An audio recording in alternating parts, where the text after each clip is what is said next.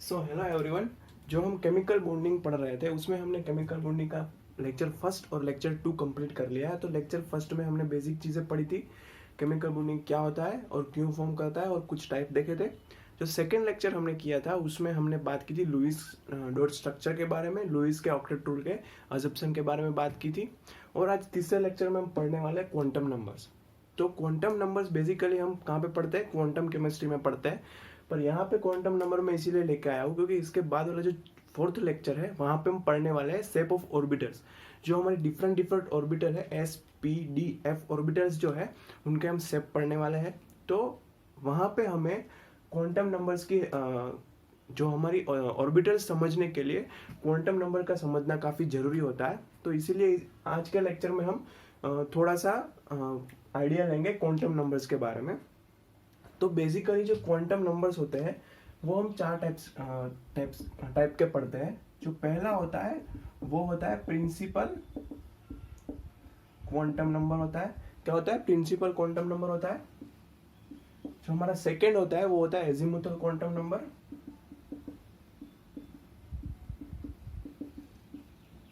क्या होता है? Azimuthal quantum number. जो हमारा थर्ड होता है वो होता है मैग्नेटिक क्वांटम नंबर। और जो फोर्थ होता है वो होता है स्पिन क्वांटम नंबर। कौन कौन सा होता है? Principal quantum number, azimuthal quantum number, magnetic quantum number और स्पिन क्वांटम नंबर। तो इसको याद करने का और इसको समझने का काफी इजी तरीका है जो मैं आपको बताता हूँ। तो इसको बेसिकली हम कैसे समझेंगे? तो इसको हम कुछ इस तरीके से समझेंगे। आप सभी लोगों ने एटम का स्ट्रक्चर देखा होगा। एटम का स्ट्रक्चर देखा होगा। न्यूक्लियस होता है। क्या होता है? न्यूक्लियस होता है। न्यूक्लियस के सराउंडिंग हम क्या ड्रॉ करते हैं? कुछ इस तरीके से करते हैं कि नहीं करते? तो अगर हम ये जो न्यूक्लियस है उसके बाहर की साइड ऐसे जाएंगे तो ये क्या आएगा? ये जो आएगा इसको हम बोलेंगे सेल। क्या बोलेंगे? हम इसको सेल बोलेंगे। और इसको हम डिनोट कर सकते हैं प्रिंसिपल क्वांटम नंबर से। किससे? प्रिंसिपल क्वांटम नंबर से। किससे डिनोट कर सकते हैं? प्रिंसिपल क्वांटम नंबर से।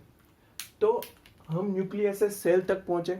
अभी उसी सेल में अब जब हम और अंदर जाएंगे तो क्या आएगा? इसी सेल में जब हम और अंदर जाएंगे तो आएगा सबसेल आएगा। क्या आएगा? क्या आएगा? सबसेल आएगा। तो सबसेल को हम किस क्वांटम नंबर से डिनोट कर सकते हैं?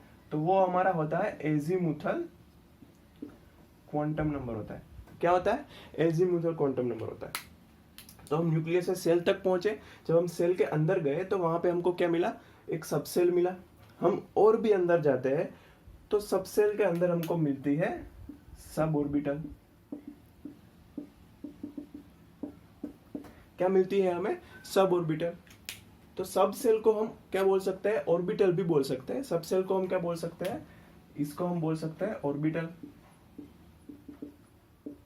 तो इसके जो अंदर होगा उसको हम क्या बोलेंगे? उसको हम बोलेंगे सब ऑर्बिटल। क्या बोलेंगे हम उसको? Sub orbital. तो सब ऑर्बिटल को हम किससे डिनोट करते हैं? मैग्नेटिक क्वांटम नंबर से। तो किसी भी सेल मतलब जो हमारे न्यूक्लियस से सबसे पहले आएगा सेल। तो कौन सी सेल है जो इलेक्ट्रॉन फिलअप हो रहा है वो कौन सी सेल है वो हमें कहाँ से पता चलेगा? प्रिंसिपल क्वांटम नंबर से पता चलेगा। जब हम सेल के और अंदर आएंगे तो वहां पे हमें मिलेगी सब सेल। तो क्या बोलते हैं कौन सी वाली सेल में कितने सब सेल होते हैं वो हमें कौन से पता चलेगा? एजीमुथल क्वांटम नंबर से।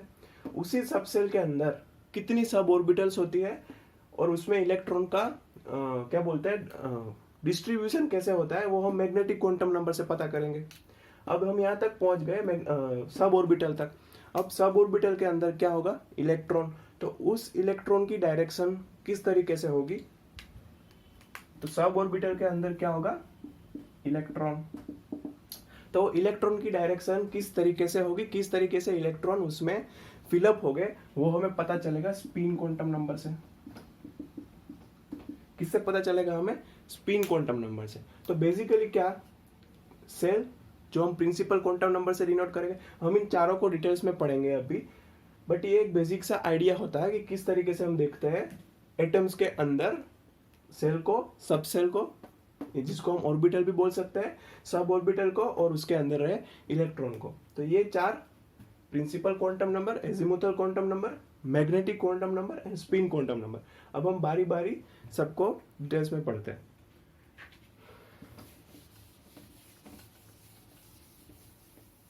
तो सबसे पहले हमारा आता है प्रिंसिपल क्वांटम नंबर। क्या आता है? प्रिंसिपल क्वांटम नंबर आता है। तो बेसिकली मैंने अभी बताया कि प्रिंसिपल क्वांटम नंबर क्या डिनोट करता है? सेल डिनोट करता है, ठीक है। तो उसकी वैल्यू जो है, तो पहले मैं लिख देता हूं, क्या डिनोट करता है? सेल डिनोट करता है। इसकी वैल्यू वैसे तो देखा जाए तो 1 से इनफाइनाइट तक होती है। कहां तक होती है? 1 से इनफाइनाइट तक। पर बेसिकली 1 से 7 के बीच में हमारा काम हो जाता है, ठीक है। तो हमें बेसिकली 1 से लेके 7 तक में हमारा काम हो जाता है। तो ये होती है प्रिंसिपल क्वांटम नंबर। तो जैसे कि जब हम न्यूक्लियस से बाहर की ओर जा रहे हैं, तो ये पहली सेल आई, इसका नंबर क्या होगा? 1। फर्स्ट नंबर की प्रिंसिपल क्या होगी? सेल होगी। प्रिंसिपल क्वांटम नंबर 1 है इसका। और जाएंगे, ये क्या होगी? 2 होगी। इसके अगर आगे एक और है, अगर इसके आगे एक और है, तो ये क्या आएगा? 3। तो उसी तरीके से प्रिंसिपल क्वांटम नंबर हमें क्या शो करता है? सेल डिनोट करता है। तो अभी एक और चीज होती है कि मान लीजिए कि फर्स्ट नंबर की सेल है, तो फर्स्ट नंबर की सेल में मैक्सिमम कितने इलेक्ट्रॉन फिलअप हो सकते हैं? सेकेंड नंबर की सेल है, तो सेकेंड नंबर की सेल में मैक्सिमम कितने इलेक्ट्रॉन फिल हो सकता है? तो उसको हम कैसे देखेंगे? तो उसके लिए फॉर्मूला होता है 2n²। क्या होता है? 2n²। तो यहाँ पे n क्या है? Principal quantum number. मान लीजिए हम यहाँ पे n की वैल्यू 1 पुट करते हैं। क्या पुट करते हैं हम? 1 पुट करते हैं। तो आंसर क्या आएगा? 2। अगर हम n की वैल्यू 1 पुट करते हैं तो आंसर आएगा 2। उसके मतलब है कि जो फर्स्ट नंबर की हमारी जो सेल है, उसमें मैक्सिमम हम 2 इलेक्ट्रॉन को फिल कर सकते हैं। आगे चलते हैं, अगर सेकेंड नंबर की सेल की बात करें, तो अगर हम n = 2 लेते हैं, तो कितने इलेक्ट्रॉन आएंगे? मैक्सिमम 8। 2 × 2 4 × 2 8 आएंगे। अगर हम और आगे चलते हैं, मान लीजिए कि थर्ड नंबर की सेल आई, तो थर्ड नंबर की सेल में मैक्सिमम कितने इलेक्ट्रॉन फिलअप कर पाएंगे? 18। तो उस तरीके से होता है। तो ये होता है मैक्सिमम इलेक्ट्रॉन हम फिलअप कर सकते हैं। जब फर्स्ट सेल में मैक्सिमम 2 इलेक्ट्रॉन फिलअप हो जाएंगे, देन जो इलेक्ट्रॉन हो गए वो कहाँ जाएंगे? सेकेंड सेल के अंदर जाएंगे। तो मैक्सिमम इस तरीके से सेल के अंदर क्या कर सकता है? इलेक्ट्रॉन फिलअप कर सकते हैं, ठीक है। तो ये बात हुई प्रिंसिपल क्वांटम नंबर की।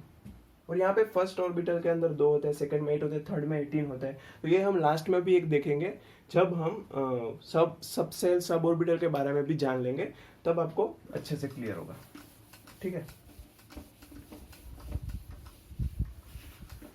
तो अब हम बात करते हैं सेकंड की, जिसको हम बोलते हैं एजीमुथल क्वांटम नंबर। क्या बोलते हैं हम? Azimuthal quantum number. तो प्रिंसिपल क्वांटम नंबर से हमें सेल का पता चल गया कि भाई प्रिंसिपल क्वांटम नंबर 1 है, यानी कि फर्स्ट सेल है हमारी। प्रिंसिपल क्वांटम नंबर 2 है, यानी कि सेकंड सेल है। तो अभी उसके अंदर क्या होता है? सब सेल होती है। सेल के अंदर क्या होता है? सब सेल होती है। तो एजीमुथल क्वांटम नंबर क्या करता है? सब सेल को डिनोट करता है। क्या करता है? सब सेल को डिनोट करता है। तो एजीमुथल क्वांटम नंबर को हम एल से रिप्रेजेंट करते हैं। किससे करता है? एल से, ठीक है। तो अभी हमें एजीमुथल क्वांटम नंबर से क्या पता चलेगा? तो बेसिकली अगर देखें तो एजीमुथल क्वांटम नंबर से हमें शेप ऑफ ऑर्बिटल पता चलेगा। क्या पता चलेगा? शेप ऑफ ऑर्बिटल पता चलेगा।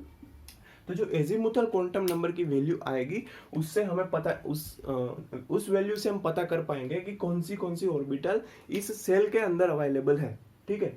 तो कैसे पता करेंगे? तो इसकी वैल्यू कैसे फाइंड करेंगे?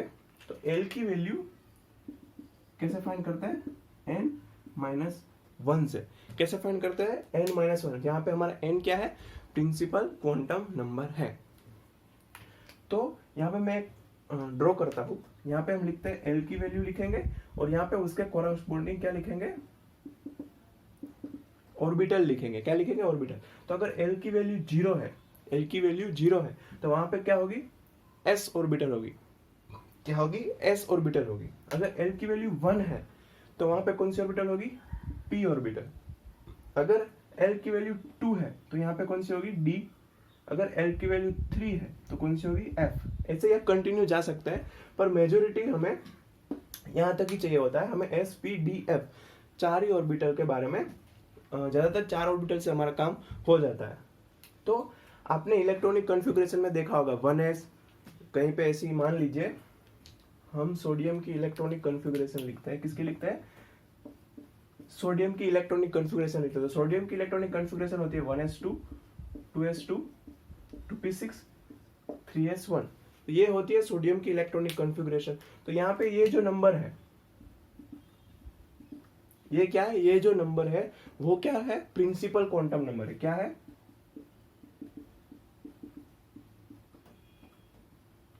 प्रिंसिपल क्वांटम नंबर है। क्या है? प्रिंसिपल। यानी कि ये क्या शो करता है कि कौन सी सेल है। ठीक है। उसके बाद हम क्या रिप्रेजेंट करते हैं? S P D F represent करते हैं। तो वो क्या शो करता है? वो शो करता है, क्या करता है? कौन सी सब सेल है, यानी कि कौन सी ऑर्बिटल है। एस ऑर्बिटल है, पी ऑर्बिटल है, डी ऑर्बिटल है, या तो फिर एफ ऑर्बिटल है। तो ये जो हम लिखते हैं या क्या होता है? हमारी सब सेल यानी कि ऑर्बिटल होती है। तो अभी सवाल ये आएगा कि कौन सी सेल में कौन कौन सी सब सेल होगी। तो ये हमें कैसे पता चलेगा? ये चीज है कि जीरो, अगर एल की वैल्यू जीरो होगी एस ऑर्बिटल होगा, एल की वैल्यू वन होगी पी ऑर्बिटल, टू होगी डी और थ्री पे एफ होगी। तो अभी ये चीज होती है कि कौन सी सेल में कौन कौन सी सबसेल होगी। तो कौन कौन सी सबसेल होगी तो ये कैसे पता करेंगे? तो किसी भी सेल में कौन कौन सी सबसेल होगी, तो किसी भी सेल में जीरो से लेके L minus one, sorry N minus one,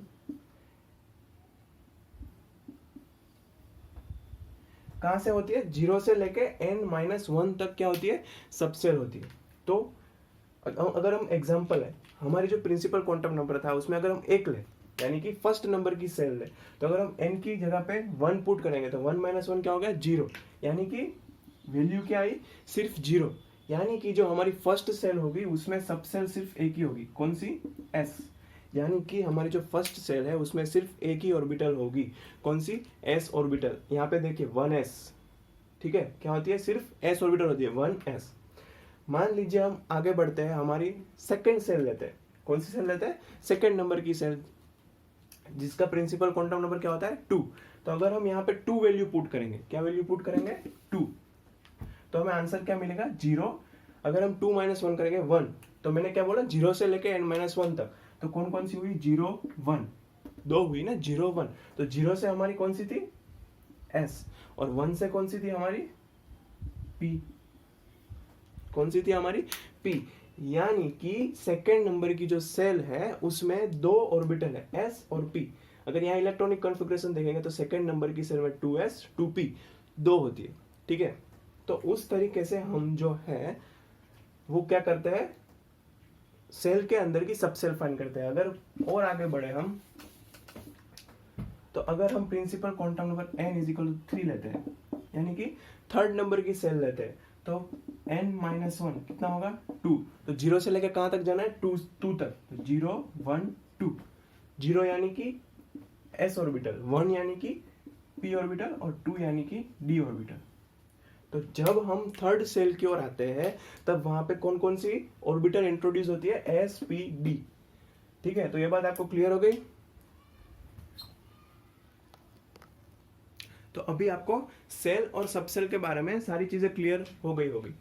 ठीक है। तो ये आपको पता चल गया होगा कि कौन सी सेल के अंदर कौन कौन सी सब सेल है, एस पी या डी। ये चीज आपको पता चल गई होगी। तो यहां से आगे बढ़ते हैं, हम आते हैं हमारे तीसरे क्वांटम नंबर की ओर, जो है हमारा मैग्नेटिक क्वांटम नंबर। कौन सा है? Magnetic quantum number. तो मैग्नेटिक क्वांटम नंबर से हमें क्या पता चलता है? हमने पता कर लिया कि जो ऑर्बिटल है उसमें, मान लीजिए कि थर्ड नंबर की सेल है तो उसमें एस पी डी 3 ऑर्बिटल है। मान लीजिए सेकंड नंबर की सेल थी तो उसमें एस और पी ऑर्बिटल है। तो उस ऑर्बिटल के अंदर भी सब ऑर्बिटल्स होती है। क्या होती है? सब ऑर्बिटल्स होती है। तो वो हमें कहां से पता चलती है? मैग्नेटिक क्वांटम नंबर से पता चलती है। किससे पता चलती है? मैग्नेटिक क्वांटम नंबर से पता चलती है। क्या पता चलता है? Sub orbital. जैसे कि आपने सुना होगा कि p ऑर्बिटल के अंदर px, py, pz 3 sub orbital होते हैं। तो ये हमें कहाँ से पता चलता है? मैग्नेटिक क्वांटम नंबर से पता चलता है। तो बेसिकली मैग्नेटिक क्वांटम नंबर की वैल्यू कहाँ से होती है? -L से लेके +L। कौन सी वैल्यू होती है? -L से लेके +L। L क्या था? हमारा एजीमुथल क्वांटम नंबर।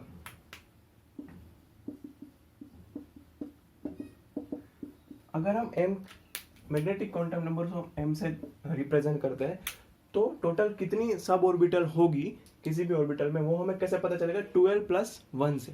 ठीक है, कैसे पता चलेगा? 12 + 1 से। तो अगर हम बात करते हैं s ऑर्बिटल की, किसकी बात करते हैं हम?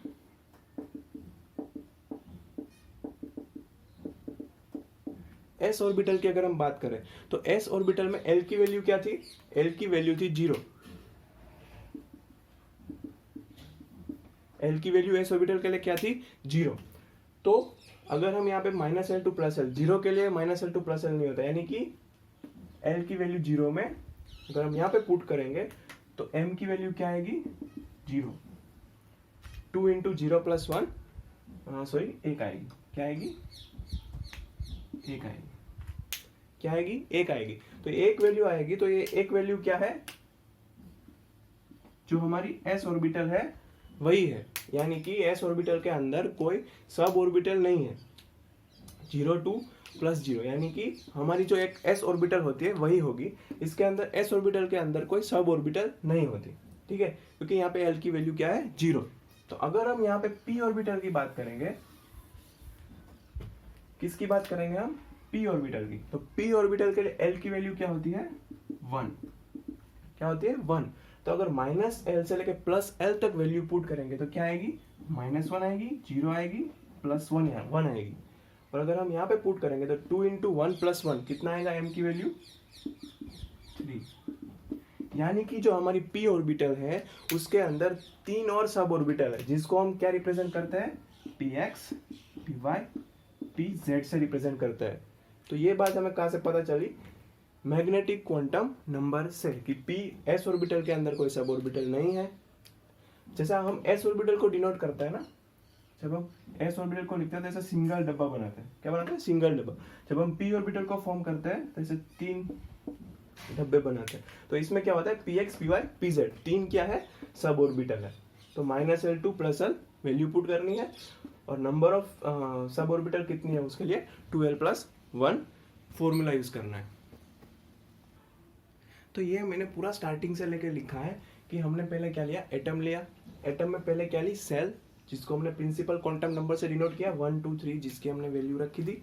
उसके अंदर आया हमने सब सेल, जहाँ पे हमने L की वैल्यू फाइंड की। L की वैल्यू हमने कैसे फाइंड की थी? 0 से लेके L - 1 तक। फिर हम उसके अंदर आए सब ऑर्बिटल के अंदर n - 1 तक। इसके अंदर हम सब ऑर्बिटल के अंदर s के अंदर सब ऑर्बिटल कितनी थी? एक भी नहीं थी। p के अंदर कितनी थी? 3 थी। p इसको हम कैसे लिखते हैं? px, py और pz। तो अगर हम d सब ऑर्बिटल की बात करें, किसकी बात करें हम? d में सब ऑर्बिटल की बात करें तो फॉर्मूला क्या था? 12 + 1। तो यहाँ पे p के लिए d के लिए l क्या होता है? 2, तो 5। तो टोटल कितने डब्बे बनाए हैं हमने? 5। 1 2 3 4 5। यानी कि d ऑर्बिटल के अंदर टोटल अलग अलग 5 सब ऑर्बिटल है, जिसको हम रिप्रेजेंट करते हैं dx² - y²। अगर मैं d की सब ऑर्बिटल यहाँ पे लिख दूँ, यहाँ पे लिखता हूँ dx² - y²। एक होती है dz²। इसके बारे में हम डिटेल्स में पढ़ेंगे। इसमें कुछ एक्सेल होते हैं, कुछ नॉन एक्सेल होते हैं, इसके नेक्स्ट वाले लेक्चर में पढ़ेंगे। अगर और 3 की बात करूँ तो एक होती है dxy, dyz और dxz। तो ये 5 होती है d की सब ऑर्बिटल। तो उसी तरीके से अगर f ऑर्बिटल की बात करें तो f ऑर्बिटल के लिए l की वैल्यू होती है 3। तो अगर हम 3 पुट करेंगे तो 3 × 2 6 + 1 7। तो टोटल d के अंदर सब ऑर्बिटल कितनी होगी? 7। 1 2 3 4 5 6 7। अगर हम इसको उस तरीके से देखें -L to +L तो क्या आएगा? -3 -2 -1 0 1 2 3। देखा था ना हमने कि सब ऑर्बिटल जो होती है मैग्नेटिक क्वांटम नंबर, उसको हम -L to +L भी लिख सकते हैं। अगर हम बात करें डी की तो क्या आएगा, -2 -1 0 1 2 आएगा। तो अब हम यहाँ तक पहुंच चुके हैं सब ऑर्बिटल तक, ठीक है। अब हमें इसके अंदर इलेक्ट्रॉन फिलअप करने हैं। क्या करना है, इलेक्ट्रॉन फिलअप करने हैं। तो अभी हम आगे बढ़ते हैं हमारे आखिरी वाले क्वांटम नंबर की ओर, जो होता है हमारा स्पिन क्वांटम नंबर। तो बेसिकली स्पिन क्वांटम नंबर जो है उसको हम रिप्रेजेंट करते हैं ऐसा, इसकी वैल्यू या तो -1/2 होगी या तो +1/2 होगी। ये जो है स्पिन क्वांटम नंबर, ये डिपेंड्स करता है इलेक्ट्रॉन्स के ऊपर। आपने इलेक्ट्रॉन्स को ऐसा देखा होगा, या तो अपवर्ड्स हो सकता है या तो डाउनवर्ड हो सकता है। तो अगर इलेक्ट्रॉन दोनों अपवर्ड है, क्या है, अपवर्ड है, तो उसको हम पैरेलल बोलेंगे। अगर एक अपवर्ड एक डाउनवर्ड है तो उसको हम एंटी पैरेलल बोलेंगे। तो जो इलेक्ट्रॉन है वो रोटेट करता है, तो अगर वो क्लॉकवाइज डायरेक्शन में रोटेट करता है या तो वो एंटी क्लॉकवाइज डायरेक्शन में रोटेट करता है, तो उसके बेसिस पर हम उसको वैल्यू देते हैं -1/2 और +1/2। तो हम एक चीज याद रखेंगे कि किसी भी सबसेल के अंदर जो दो ऑपोजिट स्पिन वाले इलेक्ट्रॉन है वही रहेंगे। मान लीजिए यहाँ पे हमें इलेक्ट्रॉन रखना है, तो एक होगा -1/2 वैल्यू वाला और एक होगा +1/2 वैल्यू वाला, यानी कि बोलेंगे कि दोनों एंटी पैरेलल इलेक्ट्रॉन जो होंगे वही किसी भी सबसेल के अंदर लाई करेंगे, क्या करेंगे, रहेंगे। तो ये स्पिन क्वांटम नंबर के ऊपर ज्यादा नहीं, इतना ही पढ़ेंगे हम। अभी हम थोड़ा सीखते हैं कि ऑर्बिटल को फिलअप कैसे करेंगे। हमने आगे देखा था जब हम प्रिंसिपल क्वांटम नंबर पढ़ रहे थे कि जो फर्स्ट सेल होती है उसमें हम मैक्सिमम 2 इलेक्ट्रॉन भर सकते हैं, सेकेंड नंबर की सेल होती है उसमें मैक्सिमम 8 इलेक्ट्रॉन भर सकते हैं। तो थोड़ा उसको देखते हैं। तो हमने देखा कि जो प्रिंसिपल क्वांटम नंबर n = 1, यानी कि जो फर्स्ट सेल थी, क्या थी, फर्स्ट सेल, तो उसके अंदर कितनी ऑर्बिटल थी, एक ही ऑर्बिटल थी s। कितनी ऑर्बिटल थी, एक ही ऑर्बिटल थी s, जिसको हम ऐसे रिप्रेजेंट करते हैं। तो s में एक ही डब्बा है, तो इसमें हम 2 इलेक्ट्रॉन ही फिलअप कर पाएंगे, एक अपवर्ड एक डाउनवर्ड। तो हमने वहां पे भी देखा था कि जो फर्स्ट सेल होती है उसमें मैक्सिमम कितने इलेक्ट्रॉन फिलअप कर सकते हैं, 2। मान लीजिए हम चलते हैं सेकंड सेल की ओर। तो सेकंड सेल में कौन कौन से होती है, S और P। तो S में हम कितना डब्बा बनाते हैं, एक में कितना डब्बा बनाते हैं, 3। तो इसके एक डब्बे में कितने इलेक्ट्रॉन आएंगे, 2। यहाँ पे 2, यहाँ पे 2, यहाँ पे 2 आ सकते हैं। तो हमने देखा था कि सेकंड सेल में हम मैक्सिमम कितने इलेक्ट्रॉन फिलअप कर सकते हैं, 2 2 4 2 6 और 2 8। तो इसी तरीके से अगर आप देखेंगे तो जब हम थर्ड सेल में आएंगे तो वहां पे हमें डी और ऑर्बिटल भी मिलेगी, तो उसकी अलग अलग 5 सबसेल होगी। तो वहां पे हम 10 इलेक्ट्रॉन और भर पाएंगे, तो वहां पे हम टोटल कितने भर पाते हैं, 18। तो इसी तरीके से जो है हम सेल के अंदर सबसेल और उसके अंदर जो ऑर्बिटल होती है वहां पे हम इलेक्ट्रॉन फिलअप करते हैं। तो एक बेसिक सी चीज थी। और एक चीज बता दूं मैं आपको, एल की वैल्यू जो है, क्या है, एल की वैल्यू >= n। जो हमारा एजीमुथल क्वांटम नंबर है उसकी वैल्यू जो है वो प्रिंसिपल क्वांटम नंबर के बराबर है या तो उससे ज्यादा है, क्या है, बराबर है या तो उससे ज्यादा है। तो वो इस केस की जो ऑर्बिटल होती है वो एग्जिस्ट नहीं करती। जब L > n तो क्या होता है, ऑर्बिटल एग्जिस्ट नहीं करती। एग्जांपल लेते हैं तो 2d ऑर्बिटल एग्जिस्ट नहीं करती, यानी कि जो सेकंड सेल है हमारी उसमें d ऑर्बिटल एग्जिस्ट नहीं करती। क्यों, क्योंकि यहाँ पे n की वैल्यू क्या है, 2, और d के लिए L की वैल्यू क्या होती है, वो भी 2 होती है। तो जैसे कि मैंने बताया कि L > n, वो ऑर्बिटल जो है वो एग्जिस्ट नहीं करती। इसीलिए अगर हम देखें 1p की बात करें, 1p की, तो यहाँ पे प्रिंसिपल क्वांटम नंबर n की वैल्यू क्या है, 1 है, और यहाँ पे L की वैल्यू भी क्या है, 1 ही है, यानी कि 1p ऑर्बिटल भी एग्जिस्ट नहीं करती। तो हमने यहाँ पे क्या क्या देखा कि कौन सी सेल में कौन कौन सी ऑर्बिटल एग्जिस्ट करती है और उस ऑर्बिटल के अंदर कौन कौन सी सब ऑर्बिटल है। तो ये सारी चीजें हमें कब काम आएंगी, जब हम नेक्स्ट लेक्चर में शेप ऑफ ऑर्बिटल लेके आएंगे। तब हम डिफरेंट ऑर्बिटल को लेके डिफरेंट उनके शेप के बारे में बात करेंगे। तो वहां पे जो उनकी सब ऑर्बिटल होगी, तो हम सारे नेक्स्ट लेक्चर में जब आएंगे तब उन सभी ऑर्बिटल और उन सभी सब ऑर्बिटल के शेप के बारे में पढ़ेंगे। तो ये लेक्चर में हम यहीं तक पढ़ेंगे। तो ये क्वांटम में हम ज़्यादा डिटेल्स में पढ़ते हैं, पर यहाँ पे थोड़ी बहुत हमने जानकारी ले ली है। अब आप इजीली किसी भी, अगर आपको किसी क्वेश्चन में, किसी एग्जाम में क्वेश्चन पूछ लिया कि भाई 2D ऑर्बिटल एग्जिस्ट करता है क्या, तो आप इजीली आंसर कर पाओगे कि भाई एग्जिस्ट नहीं करता। अगर आपको पूछ लिया कि भाई 7th नंबर की सेल में कौन कौन सी ऑर्बिटल रहेगी, तो आप इजीली आंसर कर पाओगे। तो इसीलिए यहाँ पे ये वीडियो था। तो थैंक यू।